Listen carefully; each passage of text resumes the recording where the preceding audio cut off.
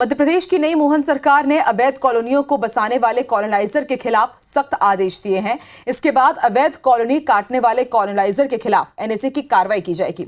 अगर सरकारी आंकड़ों पर नजर डालें तो साल 2016 में अब तक 852 कॉलोनियां अवैध बसाई गई है। और ऐसे में सवाल यह है कि क्या मोहन सरकार का कानून कॉलोनाइजर पर शिकंजा कस पाएगा? इस पर देखिए हमारी खास रिपोर्ट।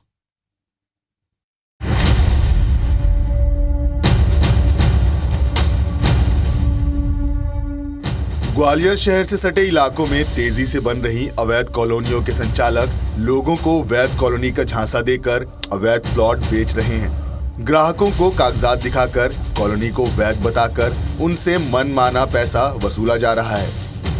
अगर पुराने आंकड़ों पर नजर डालें तो ग्वालियर में पहले सरकारी रिकॉर्ड में 629 अवैध कॉलोनियां थीं और भाजपा सरकार ने 2016 के पहले की बनी अवैध कॉलोनियों को वैध करने की घोषणा की थी। इसके तहत 311 कॉलोनियों को वैध कर दिया गया।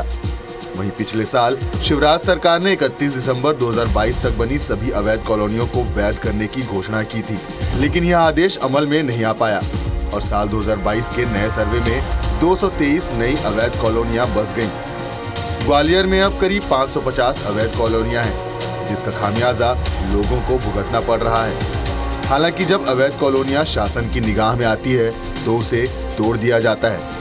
शहर के जो सीमावर्ती क्षेत्र हैं उसमें अवैध कॉलोनी कुछ समय से बड़ी हैं। मैंने भी कुछ देखा था। हम लोग उस पर एक ज्वाइंट कार्रवाई प्रशासन और नगर निगम मिलकर उस पर कार्रवाई करने की योजना बना रहे हैं। जल्दी ही कार्रवाई की। फॉर्म 4 कॉलोनी यानी वैध कॉलोनी में सस्ते प्लॉट, फ्लैट और मकान का लालच देकर अवैध कॉलोनी बसाने वाले लोगों को झांसे में लेने की कोशिश करते हैं।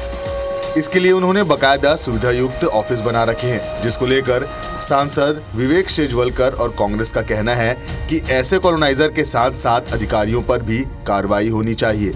अब तक क्या होता था कि प्लॉट बेच करके वो तो बरी हो जाते थे और फिर उनको सारी सुविधाएं मुहैया कराने की जिम्मेदारी नगर निगम की या प्रशासन की, वो तो हाथ झाड़ के अलग हो जाते थे।